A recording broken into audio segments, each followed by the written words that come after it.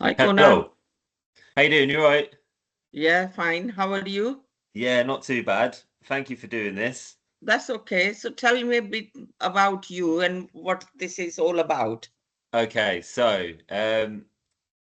basically my normal day job, I work as a youth and communities lecturer at Birmingham City University, but I'm from Northampton. I still live in Northampton. I used to work at the town council, so we'd met before. Ah, Yes. I used to help out on the Bloom stuff. So yeah, yes, it rings a bell. And you left yeah, last year, yeah. and So Nicole has stepped in. yes, that's the one. Yeah. Okay. Wow. Small world. Yeah. And basically this project, so it's being run in the Mounts and they were looking for someone to help out with their like community side of things. And it sounded really interesting, so I've started to help out with it. And basically, so the project itself has been going for quite a while. It started off as like a heritage group, which was focused around the buildings on Charles Street. And now it's expanded a bit, and they're looking to get more sort of voices from the people of the mounts from over the years to see how it's changed, listen to people's experiences, that kind of thing. So far, I've interviewed a lady that worked in the shoe factories in like the 50s. Yeah. I've interviewed some people to do with like the music scene, like people that put on gigs at like the Sound House, this kind of stuff. Yes. I've interviewed someone that came to the Mounts during the Windrush generation. So like a few different perspectives really, Yeah. just of how people have got on with the area and kind of what it means to them. Um, and basically now, what we're doing is we're all the interviews that we're doing, we're putting it together and like drawing out the themes. And the art department at Northampton College, like the students, they're Yeah. going to be doing like pieces of art around people's experiences. Right. Um, I have been connected with college for Diwali light in a big way this year. oh, that yeah, that's good. Yeah. Who is your contact there? Oh, so it's a guy called Tom George. Right.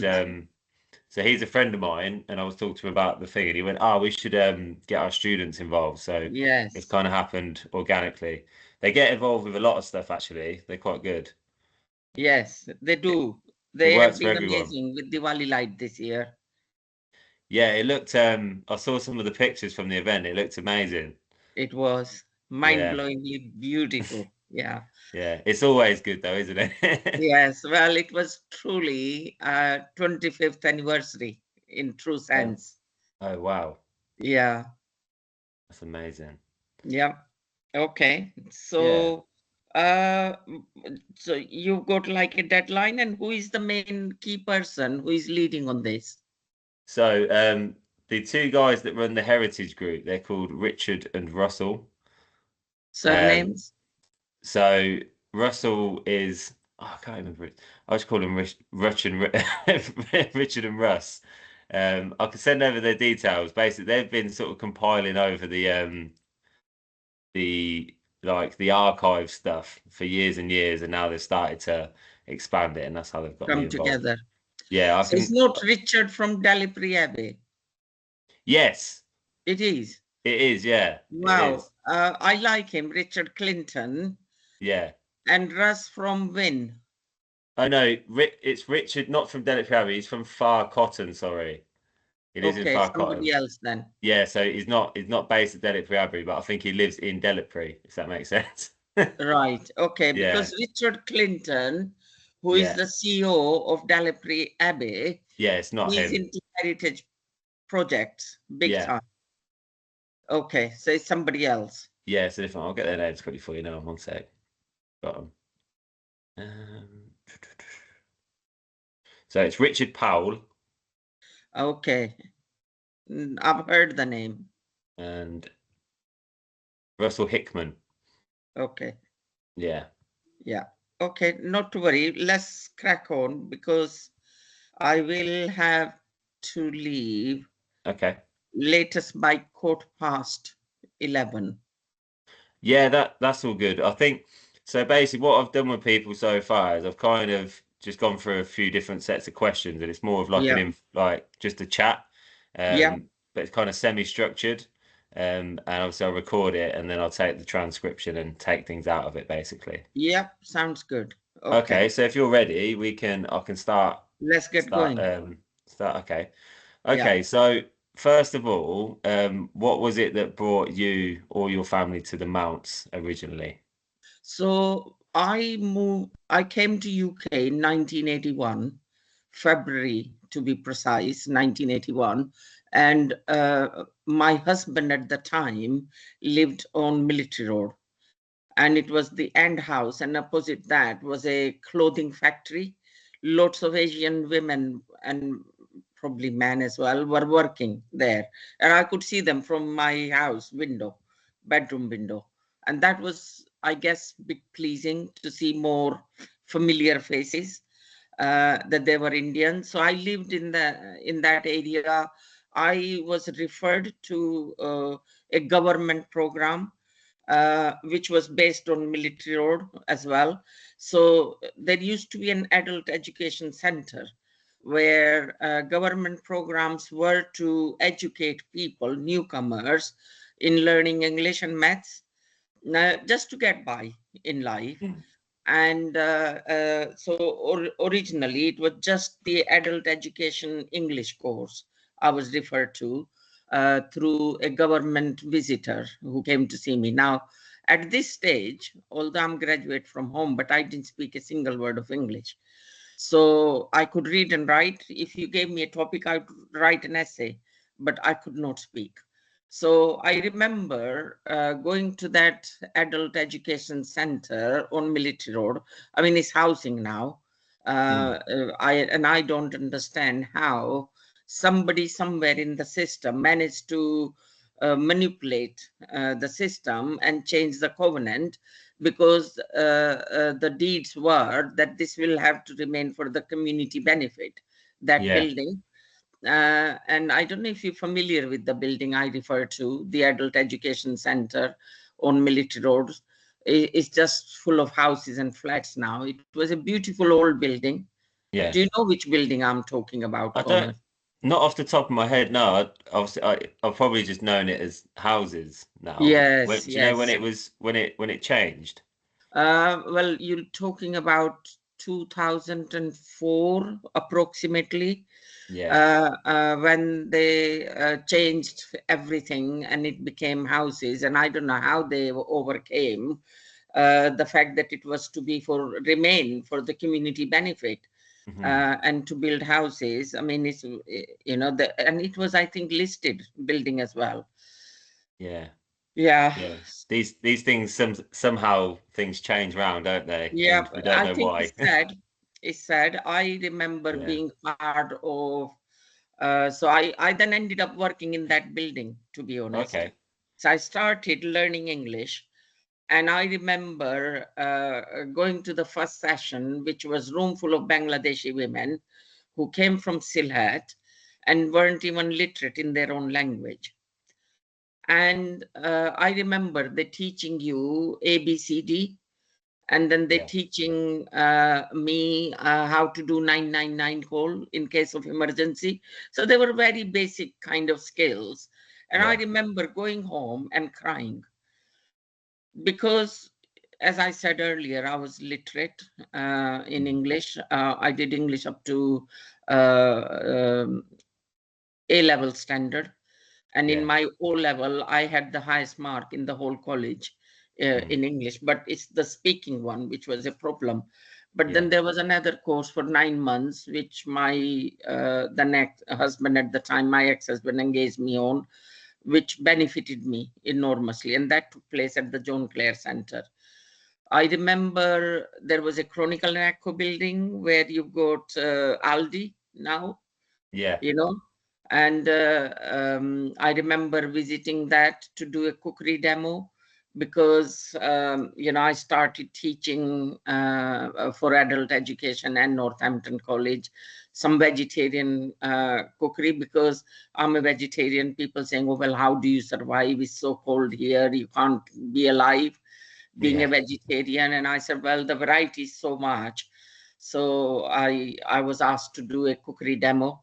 And I remember it was such a moment that when I walked in, they're expecting a traditional Indian woman, and I walked in with my Western clothes, and they like looking out for this Indian woman who is going to come and show them how to make Indian food. And I said, well, that's me. I'm here. I've arrived. Because by then I was able to speak English. I did that Yeah. 9-month English speaking course, and then I worked in Marks and Spencer. I used to walk from Military Road House to Marks and Spencer in Abington Street. I mean, it just makes me think how much this town has changed, because there is no Marks and Spencer. There is No. no Chronicle and Echo, the newspaper building.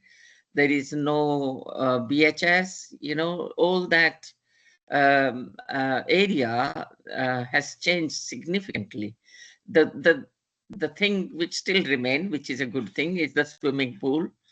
I Yeah. think that has been there forever. The police station has been there forever, the fire station. So, there are some good things there. That new site, Northampton College site, I was on the working group when that was being planned, because I was still working for Northampton College at the time. And, such a small space. I used to walk through that space many times. And such a small space which was redundant, Mm. really. And then these towers are now occupying to provide education for the local area. And I think that was a positive It's move, good. if I'm honest. Definitely. There was on Charles Street, there was a Racial Equality Council office. I don't know if you picked up that in any conversation. Not yet. So, No, I haven't. yeah, so there is the Labour Club. Yeah. When you enter it from the Earl Street, and then you just go a bit further up, so it's the next street or the street after on the corner building, because I Mm. was vice chair of Racial Equality Council, Oh, okay. and that was very prominent place for people. There was the Asian Advisory Council based here in Herald Street. Okay. Mr. Akram Zaman was the chair president in charge of that, and what that did is brought uh, all the minority ethnic communities together under one roof. And maybe that was the beginning of collaboration between the different groups Mm. coming together and finding solutions for the challenges. I mean, I was referred to it because I was having difficulty in my marriage. And Okay.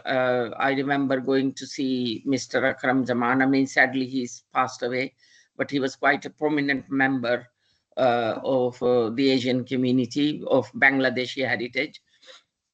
He was awarded MBE towards the late life, later in his life. Um, so, yeah, I have lots of memories of being part of that community, or Mm. that area, rather. Uh, it was quite, I remember it being identified as the most poverty-stricken area later on in life, that Mm. some houses didn't even have curtains. I remember reading things like that in the media about the area, but it's just been quite a interactive kind of community. Yeah. There was a pub which was the Hub. I think that pub still exists next to the race course on the corner Yeah. of Bayleaf Street. The Bat and Wickets. That's the one. Yes, Yeah. I I remember think. my very first visit in that pub. Yeah. Go on, sorry, you were going to say something. Yeah. I think it might have closed at the moment. It sometimes closes, then reopens. I've noticed. Ah, Or yes. some. Well, that Yeah. was quite the heart of the community Yeah. I can imagine. in 80s. I remember there was being a phone box just there that if you needed to ring, because having telephone was not such a luxury. And I remember having a black and white TV where you have to stand up to change the channel. And in those days, in 81, it's not that far away if you think about it, but even in No. 1981, we had a black and white color TV, not the color TV, and there was no remote. You had to get up to change the channel. And there were only 3 channels, BBC One, BBC Two, and ITV. And I remember Channel 4 being launched, which felt like, oh, wow, that was a big thing, you know? Yeah. So in the early days of when you was first in the mounts, obviously you've described the community. What you mentioned about like challenges and stuff. Was there what kind of challenges or barriers were people in the community facing at that time? I think for me personally, language was my biggest Yeah. challenge and barrier. And I remember one particular day, because life was very lonely. I come from a big family, Mhm. and then moving to England, the only person from my family, a family of 7 siblings, mum, dad, grandpa, then cousins living just on the doorsteps, auntie, uncle, Yeah. and then to find myself on my own, that in itself was a huge challenge. And I remember looking out of the window, and there was a lady in sari, and I came out of the house, ran across the road just to speak to her, to have conversation in my Yeah. own language, right? Yeah. And what was shocking for me, and a huge learning curve, that although she was Asian, she wore the outfit which was familiar to me, Yeah. but she didn't speak my language because she was a Bangladeshi woman. Okay. Now, I'm a graduate in Sanskrit, so I understand various native languages of India. And she very quickly said, "Bhalo basi, bhalo," and I knew that she's Bangladeshi Yeah. lady. But it was still, such a memory which will stay with me forever. Having corner shop, these big shopping were only done maybe once a week, once a fortnight. Mm. People relied on local corner shops for the milk, for the bread, going to like Adam's Bakery for your daily bread. Mm. Milkmen used to come, which was Yeah. amazing, and then milk being stolen from your doorstep. Things like that. They were small challenges, but I think there was bigger community spirit. I seem to recall personal challenges, yes, because of cultural challenges, coming to a new country. And I remember going on holidays where there were signs, no blacks, no dogs, no Irish. But locally, I have much better memories. What we see now, I don't think we had those kind of hatred, um, lack of patience towards each other at that time. I think because I didn't speak English, my husband used to write me a note, which I will take with me to show to the shop wherever he wanted me to go and deal with something, Yeah. you know, and people were just very helpful in that way. I remember the shock. So he bought me a diary, and in end of March it says summertime begins. So I'm waiting for the summer to begin. And then it snowed in April. I remember one day coming home, so I didn't have shoes. I had these flip-flops. Yeah. Gone to town. On the way home, it snowed. And do you remember those fire places with ceramic tiles? Yeah. And it took its time for it to heat up. And I remember coming home crying with pain of feeling cold Mm. on one particular day in April. And I'm saying, but I thought the diary said, end of March, summertime begins. Where is that summer? And this is, in 80s, winter were winter. Mm. You could have 1 foot deep snow. When it Yeah. snowed, it snowed. I mean, now there is no, because of the global warming, snow is not snow anymore. It snows No. and it's gone the next day. In those Yeah. days, it stayed. Yeah, definitely. Yeah. Um, so in terms of obviously like you set up your organization, was that done in the mounts or was that done later on? Well, I didn't live in the mounts when the organization was set up. Yeah. So I don't know if Cloudstone Street comes under Mounds. So I started working for adult education. Yeah. So this is where my journey started, where I was learning English. And then I moved to a 9-month course, again, a government initiative at John Clare Centre. And then I never thought, 10, 12 years later, I started volunteering at Military Road. And within 10 days of volunteering, I was offered a job. And then before I knew, I was in charge of that facility, which was the adult education, implementing multicultural education within adult education. So, and then I think people saw more in me than I saw in myself, which is Yeah. the case in many cases, isn't it? Yeah. That we don't realize our own potential a lot of the time. So before I knew, I was on the management committee of Dostiyo, which is the Asian Women and Girls Organization, and they had an office next door to where my office was. So I started learning about this voluntary organization. And my very first interaction with voluntary organization was through volunteer bureau. Yeah. So, and you know, so I've gone through separation. I am a single parent with 2 daughters and no money. And somebody said to me that, you know, volunteer bureau is looking for a volunteer, Hindi speaking volunteer. It took me 2 months to make that call. And then, to cut a long story short, they were trying to set up a cafe for the disabled project, to benefit from any money raised through that. And I was asked, would I be interested? I said yes, anything to get out of the house and do something.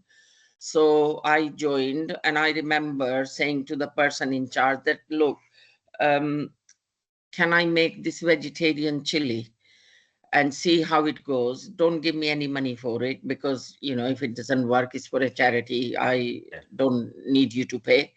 And he was reluctant that, well, I'm not sure. And in those days, Connor, these food and hygiene and all these kind of environmental health, those rules and barriers, I call them, weren't there. There was a lot of Mm. common sense about things, and Yeah. people Yeah. couldn't. Yeah. So reluctantly, he said, okay, Neelam, let's try. And it was gone, all of it.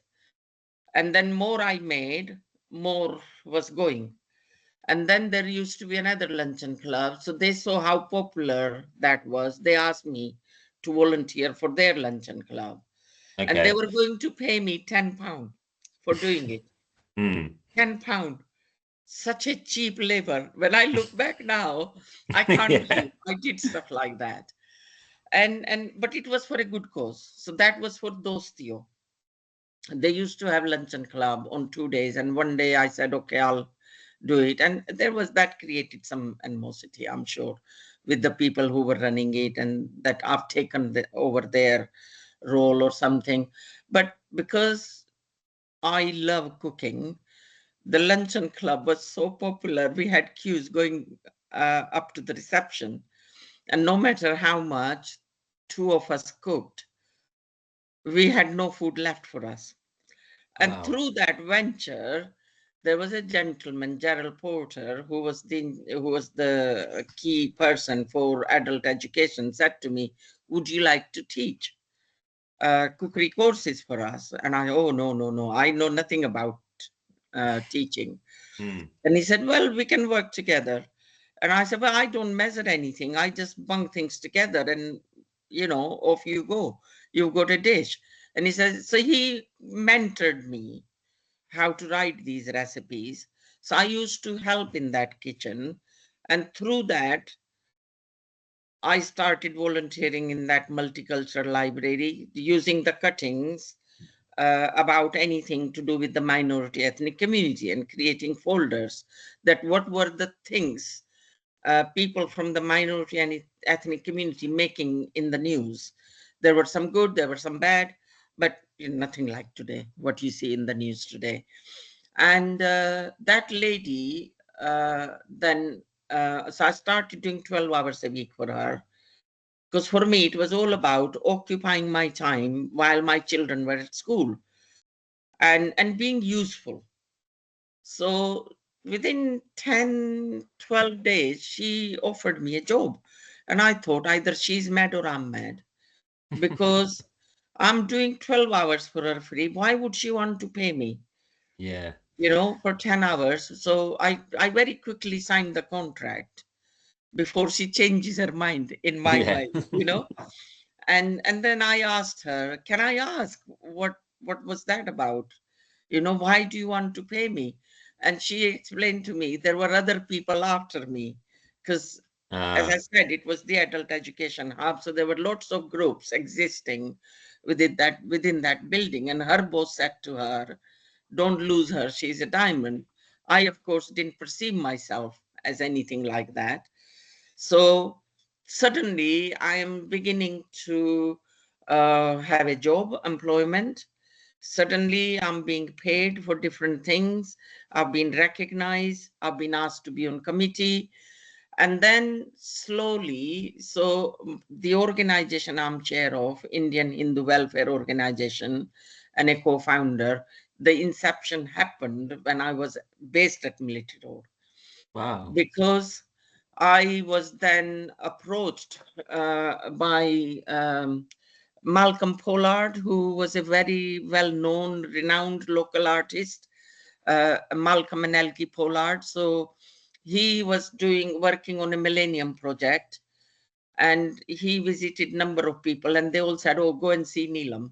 So he eventually decided to come and see me. Yeah. And one thing led to the other. The next bit was he's asking me to be on the board of directors for the Millennium Project, which was to happen on Bedford Road, where you go to the skate park Mm. and the car parking. It was, and there was a really renowned architect who was working on it. Name will come to me. And so before I knew, I'm on the board of director. I'm vice chair of Dostiyo. I'm vice chair of Racial Equality Council. And I was like, I don't know what's going on here.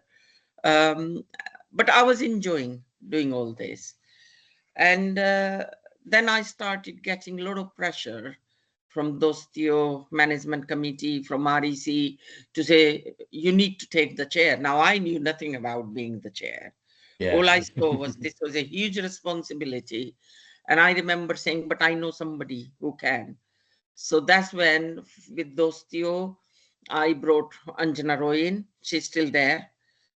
With Racial Equality Council at that time, so there was like a chief executive equivalent of the adult education at Military Road, Link College. It was called uh, Tony Michael. So I then said, well, he can take the chair of REC. And so brought him in as chair. So, when I look back, I think I had this enabling kind of attitude, Yeah. which is quite healthy. And, not having this mindset that, don't allow others to have those opportunities when they are suitable. So I feel quite proud of being able to do that at that time. I didn't see it that way then, but I recognize that. The other thing we started from my office at Military Road is the Diwali light. Um, Oh, okay. yeah, this So it is this is started going back. there. Yeah, because Wow.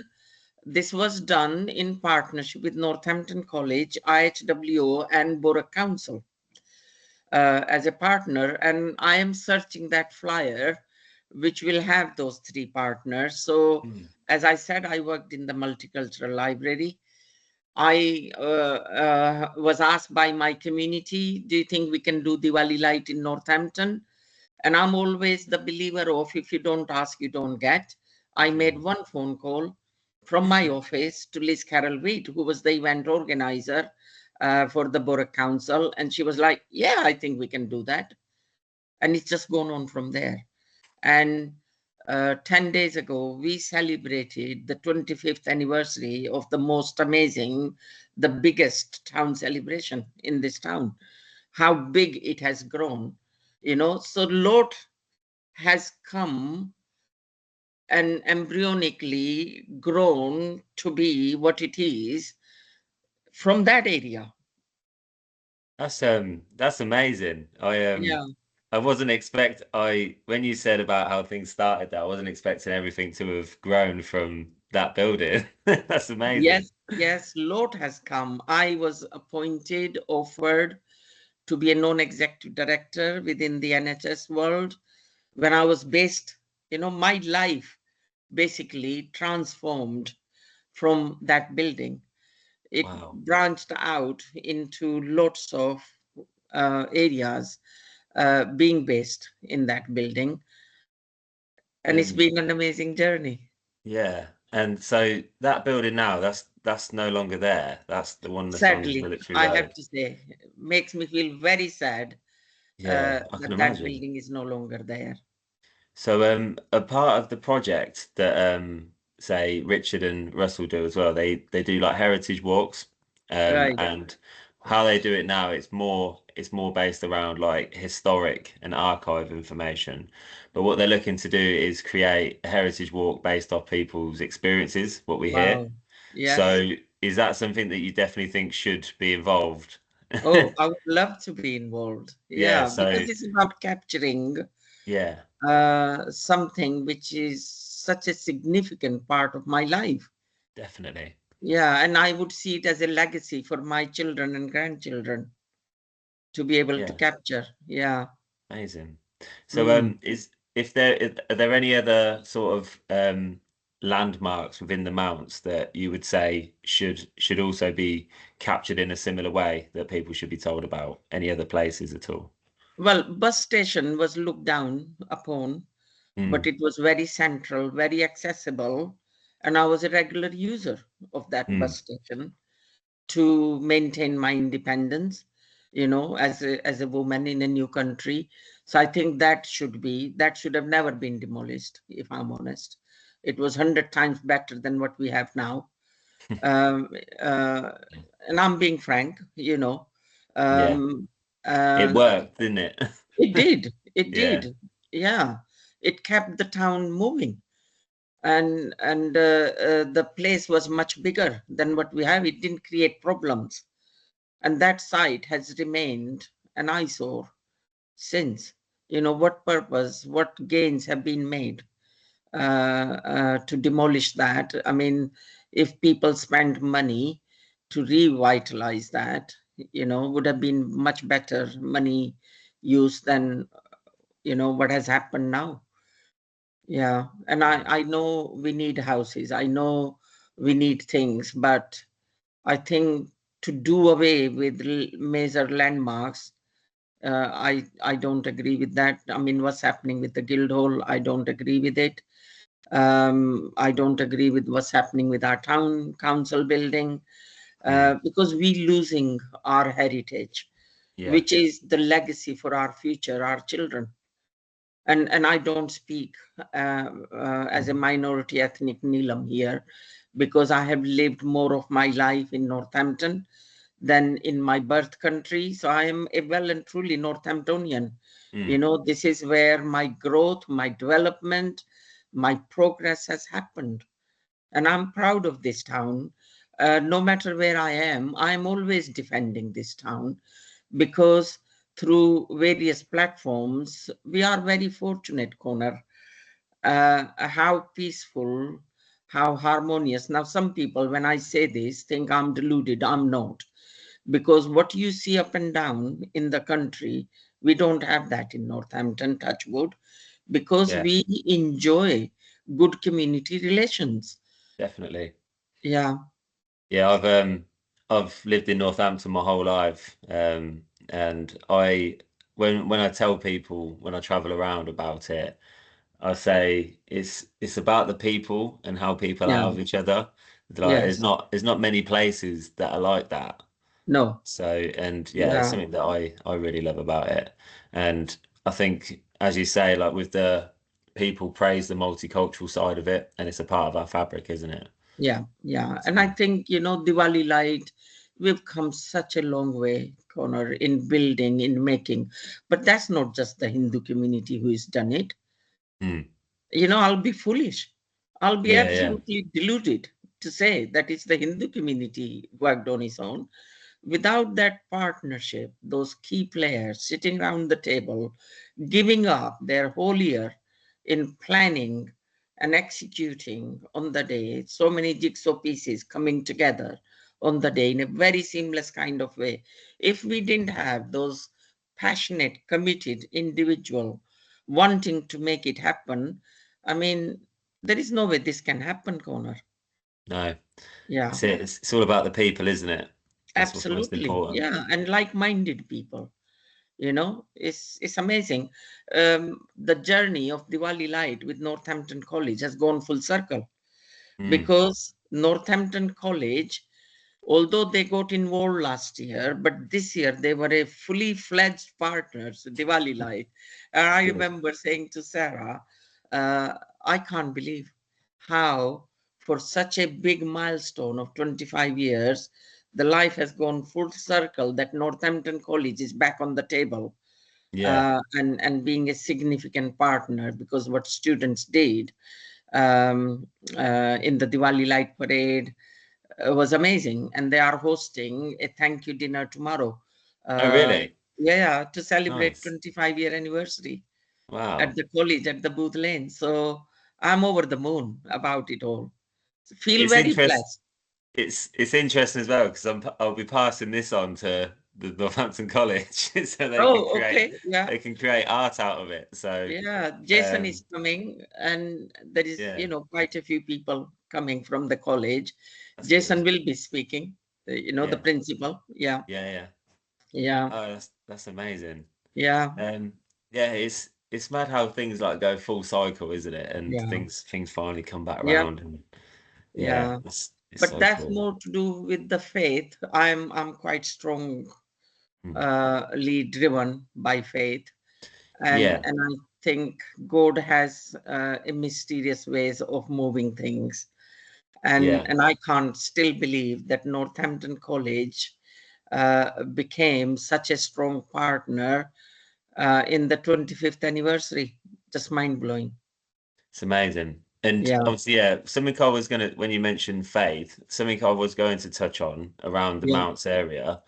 Like when you first moved to the Mounts, like what was your experience of being able to go to places of worship and stuff? Was there places, or did that get set up a lot later on? Well, there was nothing for No. Hindus, Mm. and according to 1991 census, Yeah. Hindu population were the largest second religious group. But if you, I mean, because I was challenged, so I'll clarify. So there was the native Christian, then Irish, Yeah. and then Hindus in 1991 census. Mm. So we were a significant community, but no place of our own for a Mm. very, very long time. In 1984, I remember reading headlines in the newspaper. So by this time, I was living in Adams Avenue, Yeah. and the newspaper talked about there was a group, Vishwa Hindu Parishad. They started the Hindu community group.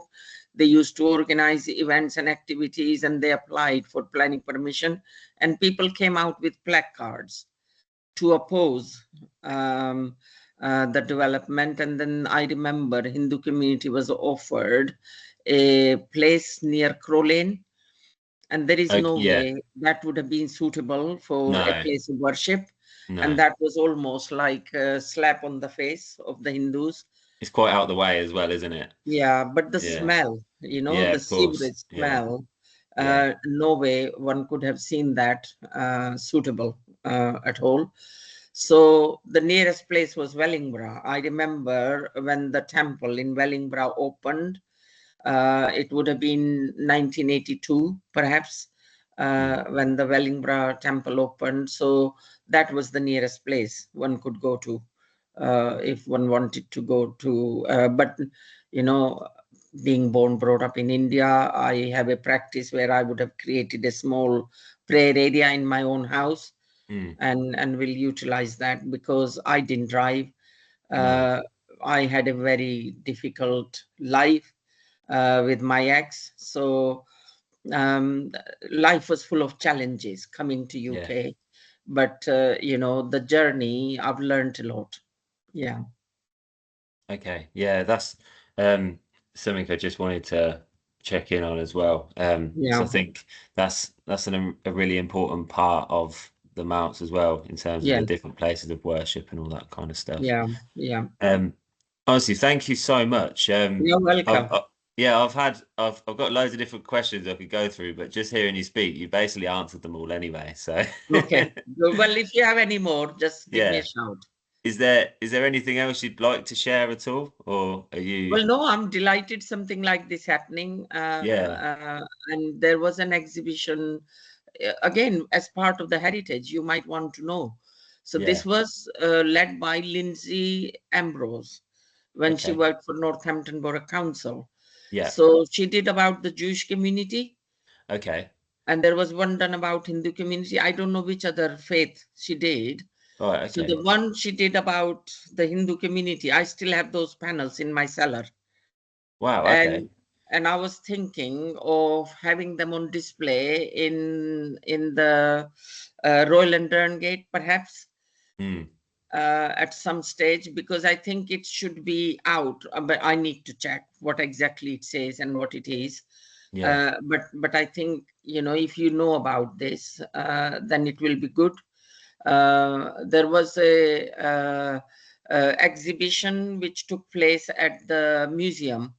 So 1996, Councillor Baines was the first Asian mayor, the Sikh guy. yeah, And then yeah, museum Ruth somebody did a project about newcomers to Northampton or UK. okay, And they highlighted Councillor Baines and my profile in that. And that right, was on display in 94, 95. wow, okay, yeah. I'll pass that on to the Russell and Richard. Yes, They're like they're the archivers, and they do all that stuff. That's what right. they love. Well, if they haven't come across it, Yeah, maybe I'll they let need them to know. search. I found a photo of that exhibition, so happy to share that. Yeah, anything that you'd like to share. So Yeah, obviously I'll give you my other email as well. I'm just doing this through, I have Teams on my laptop, so it's my work email. yeah. But I can give you my other email as well. If you And send me send me a WhatsApp message on my yeah, number, yeah, then that will be easiest thing for me to then send you one or two nice of one. those photos. Because at Military Road, I used to organize faith celebrations Yeah, to highlight different faiths. So I did like Eid ul Adha, Eid ul Fitr, Christmas, Easter, Vaisakhi, Diwali, mm, Hanukkah, um, Baha'i faith, Nowruz. So I did lots and lots of those nice. festival at Military Road, where I was based. Yeah, Yeah.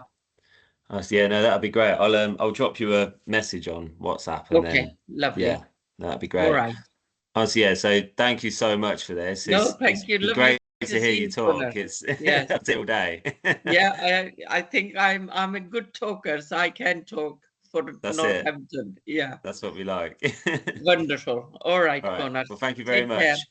Have a Nice to nice see you. day. Bye And bye. you. Thank you. Bye. Bye.